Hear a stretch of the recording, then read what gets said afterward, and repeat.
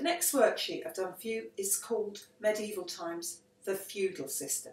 Now, lots of historians will tell you lots and little details about this and differences, but basically speaking, as you can see from the diagram, it's kind of a triangle. The king is at the top, then come the nobles, then come the knights, then come the peasants. It's a triangle because there's only one king at the top, there are a few nobles, there are even more knights, and there are loads of peasants. And the whole thing is based on land, a system of land. The king owns everything. In those days, they believed that the king was he was chosen by God, and so he owned everything. Every bit of land in England and Scotland and Wales in Britain belonged to the king. Okay, not everyone might agree with that, but that was the way that they saw it.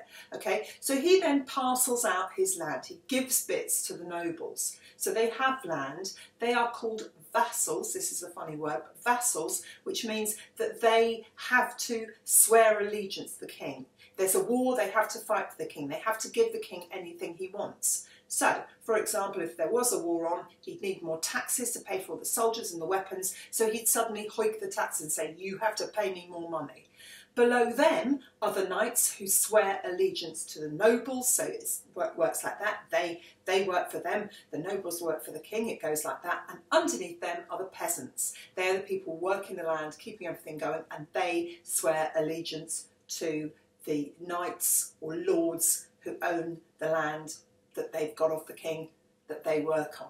Okay, now why am I telling you all this? Because it's very important, again, for Dartmoor. Dartmoor's a long, long way from London, which is where the king would have been in residence a lot of the time, would have lived.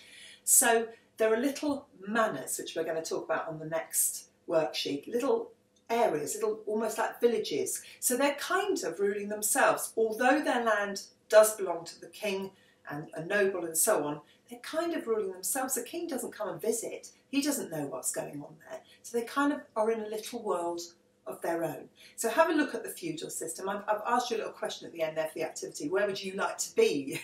There, would you want to be at the top, or do you want to be a peasant down at the bottom, living a probably quite a harsh life?